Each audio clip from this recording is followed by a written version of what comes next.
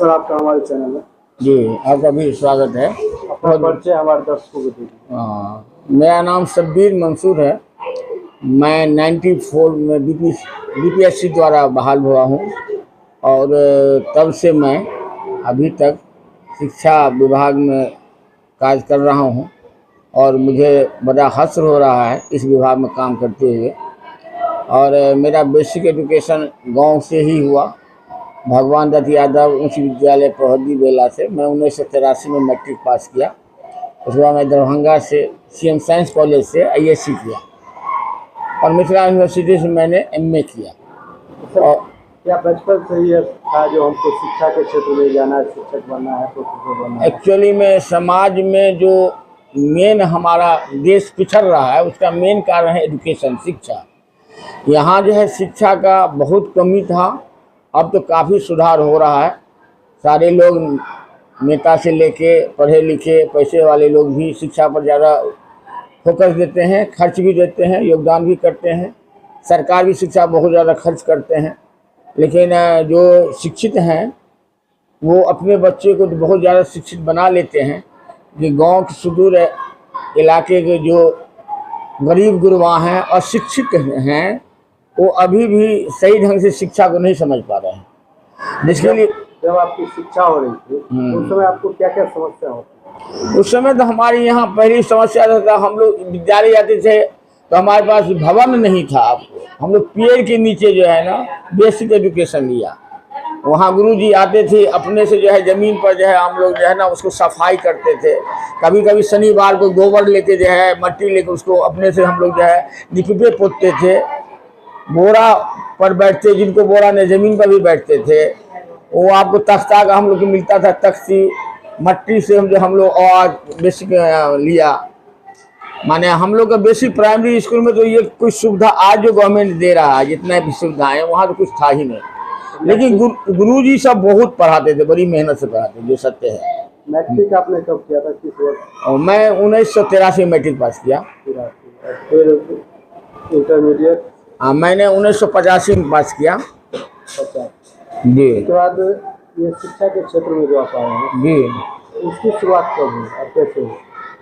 शिक्षा क्षेत्र में आया, मेरे पिताजी व्यापारी थे और उनका बड़ा शौक था जो व्यापार नहीं करके कुछ ऐसा करो समाज में जो, क्योंकि हमारे पूर्वज जो है कुछ मजबूत थे, इसलिए हम लोग को वहाँ तक पहुँचाए।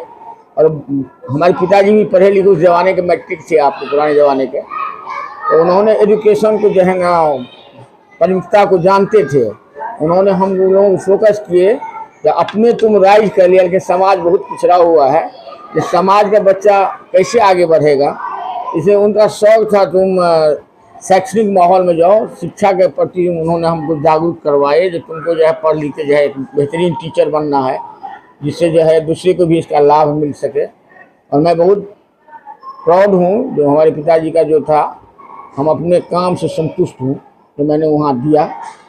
बीपीएससी के द्वारा सबसे प्रथम आप ही लोग शिक्षक बने? जी जी जी। तो ये कैसा अनुभव रहा था, कैसे कैसे आप? बहुत ज़्यादा अनुभव रहा सर। उस समय तो बहुत ज़्यादा बेरोजगारी आदमी के पास था। लोग एमए बीटेक पूरा टेक्निकल ले लेके लोग रोड पर घूम रहे थे। लालू प्रसाद यादव ने नहीं, उस समय जो पैसे वाले होते थे या बुद्धिजीवी वर्ग होते थे तो उनके बच्चे जो है ट्रेनिंग कर लेते थे मैट्रिक के बाद, और उसके बाद उसका एक चैनल बनता था। शिक्षा विभाग द्वारा जितना आवश्यकता होता था उतनी बहाली कर लेते थे। लेकिन वो था पहले में जो आदमी ट्रेंड है वो टीचर बनेंगे। लालू जी मुख्यमंत्री जो बने तो उन्होंने देखा, मुख्यमंत्री थे, उन्होंने कहा कि नहीं इसमें जो है ना सबको लाभ नहीं मिल रहा है, इसे कुछ ऐसा किया जाए तो सारे अच्छे लोग जो हैं पढ़ा लिखा लोग इसमें आवे। यानी डिग्री पर ही उसको ट्रेनिंग मिलता था। जो फर्स्ट डिवीजन से पास करता था उसको ट्रेनिंग में भेज दिया जाता था, और जो सेकेंड डिवीजन किया या जिसके पूर्वज इस लाइन में नहीं थे तो वो लोग नौकरी में नहीं जा पा रहे थे। उन्होंने एक बेस्ट काम किया हमारी नज़र से। उन्होंने कहा नहीं भाई, जो भी ट्रेन है अनट्रेन है सब आदमी कंपटीशन में आओ, और आने के बाद जो है हम उनको भी लेंगे, जो आपके ट्रेंड है उनको भी लेंगे।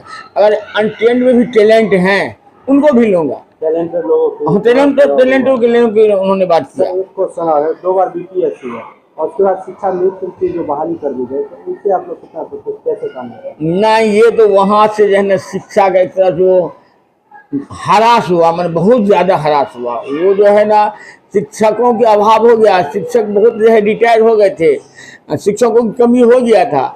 लेकिन सरकार जो यहाँ से जो किया ना, तो वहाँ से जो 94 बैच के टीचर को लाए, 99 में भी बहाली कुछ किए, स्पेशल कोटा SC का भी कुछ बहाली किए। लेकिन उसके बाद जो है लालू प्रसाद, राबड़ी देवी की ही राज था, राबड़ी उसमें जो है ना शिक्षा मित्र की बहाली करके शिक्षा बहुत बड़ा प्रघात किया गया हम लोगों के लिए, बहुत बड़ा अन्याय हुआ था आपको। उसमें हुआ लोकल की बहाली हो गया आपको, बेसिक उसका जो है टेस्ट नहीं किया गया। मैं ये नहीं कह रहा हूँ सारा शिक्षा मित्र कमजोर ही हैं, लेकिन उसमें कुछ ऐसे लोग आ गए जिनको नहीं आना चाहिए, जो हम लोग अभी भी सामना करना पड़ रहा है। अभी आप वर्तमान में प्रधान शिक्षक जी, तो ये कुर्सी कब आपको मिली? प्रधान शिक्षक 15 दिसंबर आपको 2018 में मिला हमको। और सेवा आपकी कब समाप्त हो गई?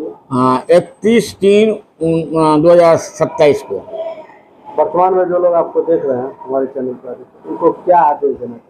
आदेश ये दूंगा मैं कि आप रूखा सूखा खाइए, फटा हुआ ही कपड़ा लेकिन साफ पहनिए, बच्चे को आप शिक्षा जरूर दिलवाइए, एजुकेशन जरूर दिलाइए। इसके लिए आपको भीख भी मांगना हो तो भीख भी मांग लीजिए, लेकिन बच्चे के लिए आप भीख मांग के भी उनको शिक्षा दीजिए। क्या शिक्षा से बड़ा संपत्ति दुनिया में कोई नहीं है। एजुकेशन जो है, आपको अगर अच्छा इंसान बनाना, अच्छा समाज बनाना, अच्छा देश बनाना है, तो शिक्षा से बड़ा कोई दौलत नहीं है। अगर आपके पास शिक्षा हो गया तो आपको उन्हें सब कुछ प्राप्त कर लिया। अगर शिक्षा नहीं है तो फिर तो आपको विद्वान लोग हैं जान ही जानते हैं, एक मनुष्य और एक जानवर में शिक्षा ही डिफरेंस करता है। सब मनुष्य हैं, लेकिन जहाँ एजुकेशन नहीं है वहाँ शिक्षा ये नहीं है, इंसानियत नहीं है। अपने जीवन की इतनी सारी बातें हमसे शेयर करने की आपका ये आपको भी बहुत बहुत धन्यवाद।